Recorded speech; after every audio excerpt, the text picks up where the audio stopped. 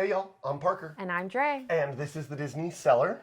And today we're diving into a strange and rather fascinating chapter of Disney history, the Disney Vault. Shout out to Colette on TikTok for the suggestion. Hi, Colette. You've probably heard of it, maybe even wondered about what it is and, well, why it existed in the first place. Exactly. For decades, the Disney Vault was both a marketing strategy and a source of frustration for Disney fans. It's a tale of exclusivity, nostalgia, and a little bit of genius, just a smidge. Just a little bit. So let's rewind the clock all the way to where it began.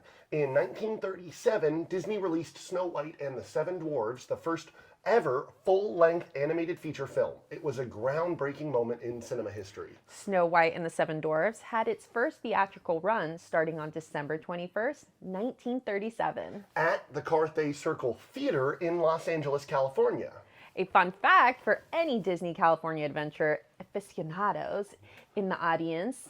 The initial limited release expanded nationwide in February 1938, and, well, the film remained in theaters for several months due to its massive popularity. And while exact end dates of its first run are not well documented, it was typical for films of that era to have extended runs in theaters, especially successful ones like Snow White and the Seven Dwarfs. The film's overwhelming success grossing $8 million during its initial release. Or $170 million today.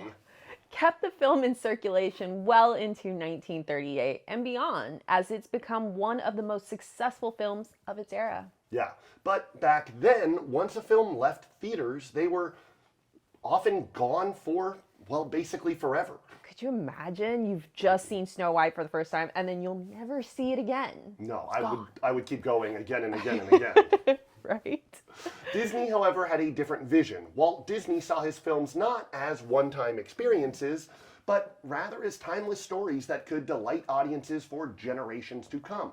So after that initial theatrical run, Snow White and the Seven Dwarfs was re-released in theaters in 1944, marking the beginning of Disney's strategy to reintroduce its classics roughly every, 5 to 10 years to new generations. This created a cycle of nostalgia. Parents who loved these movies as kids could share them with their children. It was a genius way to keep the films fresh, alive, and, profitable. It also introduced a little bit of FOMO. Fear of missing out. Exactly. Each animated classic release and re-release became an event because it could very well be another decade before you could see that specific film again. So audiences rushed to theaters to view their favorites again and again and again before it was too late. Fast forward to the 1980s. Home video was revolutionizing the way we watched movies. Which you'd know all about if you saw our first VHS episode. Disney saw an opportunity and a challenge. How could they bring their classics to VHS while maintaining that air of exclusivity? Oh, that's a mouthful. Enter stage right, the Disney Vault. The Vault was officially introduced in 1984 with the release of Pinocchio on VHS. Disney announced that their classics would only be available for a very limited time before being locked away inside that Disney Vault. Now I know what you're thinking. No, it's not a literal vault or some giant safe locked away below Sleeping Beauty's castle, even though I wish it was. I totally thought it was as a kid, to be honest. Should be. But the idea was simple. Buy now or miss out for years to come. And it worked. Kind of brilliant, actually. Yeah.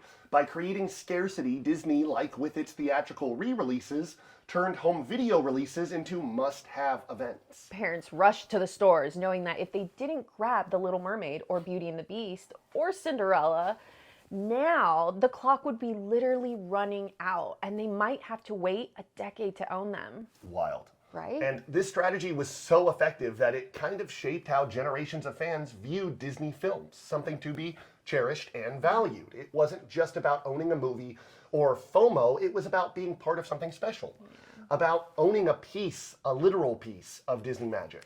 The Disney Vault wasn't without its fair share of critics, though. Some felt it exploited fans by creating artificial scarcity. Others argued that it's limited access to Disney culture and legacy. Yeah, and let's be honest, if you missed out on a favorite movie like Aladdin, it could be really frustrating having to wait so long to finally own it. The vault also sparked a lucrative secondary market. Disney VHS tapes became collectibles, with some titles fetching hundreds of dollars. It was proof how deeply fans valued their films. Yeah, which also explains why the classics or Black Diamond VHS tapes were selling for thousands and yes, even tens of thousands of dollars online. Which you'd know if you watched our last episode about VHS's The Classics. The Disney Vault remained a cornerstone of the company's home entertainment strategy for nearly 3 decades. Yes, they even opened a Disney Vault 28, a Disney-themed boutique store located in the downtown Disney district at the Disneyland Resort. 28, of course, being a nod to the release year of Steamboat Willie. The store sold designer brand clothing and accessories similar to the newly opened D-Lander store. Which we still have to go to. Yes. It opened 2006 and closed in 2017 to make room for Star Wars Secrets of the Empire. Not the worst trade-off ever, to be No. honest. I do love that store. But with the rise of digital streaming, everything changed. Suddenly, physical media wasn't the only way to own a movie. Disney saw the writing on the wall. In 2019, with the launch of Disney Plus, they announced the end of the Disney Vault. They promised the entire Disney library would be eventually available to stream anywhere, anytime. A promise that, yes, of course, they kept. But it marked the end of an era. The vault was no longer necessary in a world where audiences expected instant access to Disney's entire catalog of animated and live-action classics. But the Vault's legacy lives on in how it shaped our relationship with those Disney films. Yes, so what can we learn from the Disney Vault? For one, it's a masterclass in marketing. Yeah, genius. Disney turned nostalgia and exclusivity into business model and keeping their brand at a center of the family entertainment industry. It's also a reminder of the power of storytelling. The Vault worked because people, A, cherished these films, but also the legend of the Disney Vault prevailed, and of course, people didn't want to miss out. Whether they were buying a VHS tape in the 90s or today streaming The Lion King on Disney Plus, audiences always felt a personal connection to these stories. Yes, and while the Disney Vault may be gone, its spirit lives on in Disney's ability to evolve.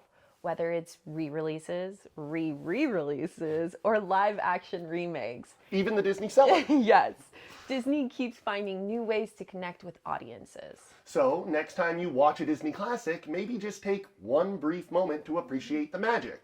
Not just in the film, but the history behind it, and, well, once upon a time, it was a lot harder to watch that movie. After all, the Disney Vault wasn't just a place to store movies. It was a place where memories were made.